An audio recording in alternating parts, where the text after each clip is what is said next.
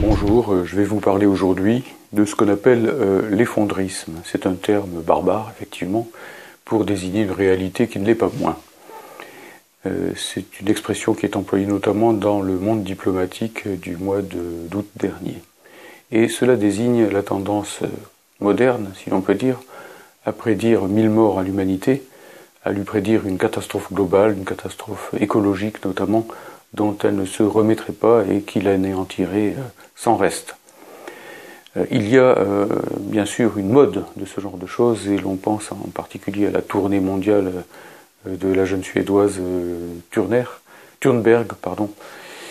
qui donc va répandre partout la bonne parole écologique en prédisant toutes sortes de catastrophes si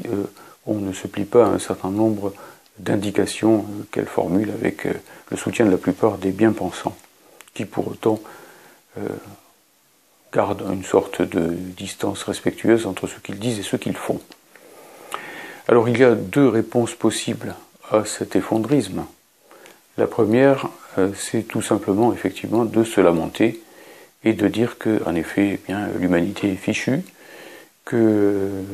en gros, disons, la notion de progrès n'a plus aucun sens. C'est évidemment pain béni pour tous les réactionnaires qui ont toujours regardé le passé comme meilleur que le présent et meilleur encore plus que l'avenir. Il y a une deuxième manière de riposter qui est de dire que tout ça, c'est de la diversion, que c'est la bourgeoisie, en fait, en gros, qui a mis en place l'effondrisme, ce discours catastrophiste, pour démobiliser les travailleurs, pour casser la notion de progrès, que par conséquent, l'effondrisme n'est rien d'autre qu'une escroquerie idéologique. Il faut balayer d'un revers de manche. Bon, cette manière de voir est peut-être un peu rapide. Nous allons le voir car effectivement, il y a des données objectives qui laissent penser qu'effectivement l'humanité est dans une très mauvaise passe. Et ce que je propose pour ma part, c'est plutôt de montrer que ce qu'on appelle l'effondrisme doit être ramené à une analyse de classe rattachée à ce que depuis les années 90, notamment à travers mon livre « Organisation capitaliste et projets communistes », j'avais appelé l'exterminisme en développant l'idée que l'exterminisme est le stade suprême de la société capitaliste parvenue à la phase impérialiste. Donc voilà un petit peu ce que je vais ici développer devant vous. Tout d'abord au niveau du constat, eh bien oui, effectivement il y a des raisons objectives de s'inquiéter. Il ne s'agit pas ici de faire preuve d'un optimisme béat sous prétexte qu'on est progressiste, que les lendemains chantent nécessairement, et ainsi de suite. On a vu qu'il n'était pas ainsi, hélas. Et il faut constater qu'effectivement, aussi bien au niveau environnemental qu'au niveau militaire, qu'au niveau économique, qu'au niveau culturel, l'humanité est confrontée globalement à un danger considérable, que la course au profit peut rayer de la carte notre espèce, et peut-être même l'essentiel du vivant, ou tout au moins le vivant le plus complexe, en multipliant les catastrophes environnementales. Que nous sommes devant aussi une réalité qui est la reprise prodigieuse de la course aux armements à l'initiative de l'impérialisme états-unien et de l'OTAN, la France de Macron jouant sa partie dans cette course aux armements, et qu'à notre époque où les sources de tension à l'initiative de l'impérialisme sont hyper nombreuses, qu'il s'agisse de l'Amérique latine, de l'Iran, de la confrontation permanente avec la Russie ou avec la Chine, eh bien, les armes nucléaires telles qu'elles se développent peuvent rayer l'humanité de la surface de la Terre. C'est une réalité, et depuis Hiroshima. Les choses s'étant aggravées depuis que l'Union soviétique, qui défendait objectivement la paix, a disparu de la surface du monde. Et enfin, bien sûr, il y a aussi un exterminisme plus doux, plus soft, comme on dirait aujourd'hui en globish, qui effectivement se déploie notamment sur le plan sociopolitique avec la fascisation, avec les Trump, les Bolsonaro, toutes sortes de pouvoirs archi-capitalistes et archi-autoritaires, et aussi avec effectivement cette espèce de course à la culture, à la langue unique mondiale, à toutes sortes de phénomènes comme ça, qui peuvent ébranler dans ces tréfonds, sans parler du transhumanisme et de toutes sortes disons, de dérives, qui peuvent rayer donc le fait humain de la surface de la Terre. Donc il ne s'agit pas de rigoler avec ces choses-là et de dire que ça n'existe pas, ça serait trop facile et ça serait faux. Et qui plus est, les militants progressistes qui développeraient cette idée-là abandonneraient la lutte contre l'exterminisme au pire courant réactionnaire. Il faut au contraire essayer de diriger la lutte contre l'exterminisme, et la première des choses pour diriger une action, c'est d'en prendre conscience, de ne pas en nier la réalité, de la mesurer et de l'affronter. Mais pour autant, il ne faut pas bien sûr tomber dans les conceptions à la Julia Turner, excusez-moi à chaque fois si j'écorche son nom, à la Thunberg, disons. Il faut rabattre l'effondrisme, ou plutôt l'exterminisme, vers ses racines de classe. Déjà dans les années de la Première Guerre mondiale, Lénine avait développé l'idée dans l'impérialisme, stade suprême du capitalisme, sa brochure de l'époque, que l'impérialisme était le stade suprême du capitalisme, qu'il était, selon ses propres termes, la réaction sur toute la ligne, qu'il était le capitalisme agonisant, le capitalisme monopoliste, le capitalisme parasitaire. Tout ça est à la puissance 10 à notre époque, et effectivement, on voit que la course au profit maximal mène l'humanité au pire. Sur le plan socio-économique, parce que cela accroît toutes les inégalités, par conséquent, tous les déséquilibres, et qu'outre l'injustice majeure qui est faite au peuple, et notamment aux travailleurs des peuples riches, et plus encore aux travailleurs des pays pauvres, eh bien, il y a tout simplement le risque que l'humanité soit jetée dans des conflits insolubles, des conflits sans fin, et sans véritable objectif de classe, si le mouvement communiste international ne renaît pas à temps, et ne donne pas aux conflits qui naissent une orientation anticapitaliste et communiste. Il y a bien sûr la course aux armements dont je parlais tout à l'heure, la tendance aux guerres impérialistes qui se développe de plus en plus à l'initiative de Trump, qui est littéralement à l'offensive sur tous les terrains, Amérique latine, Asie, Europe de l'Est, etc., Iran. Et il y a bien entendu également, effectivement, le fait que la marchandisation des activités humaines, et notamment la marchandisation de l'être humain, de l'ADN, du génome,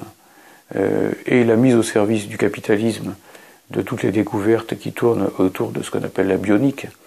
peuvent amener tout simplement, non pas à la destruction violente, atomique en quelque sorte, de l'espèce humaine, mais à sa mutation définitive en quelque chose d'autre qui serait transhumain ou plutôt totalement inhumain, et qui en tout cas serait une atteinte majeure à l'humanitude de l'humanité. L'humanitude, c'est un concept qu'avait mis en place le grand biologiste Albert Jacquard. Alors, la question est à partir de là, si l'on prend conscience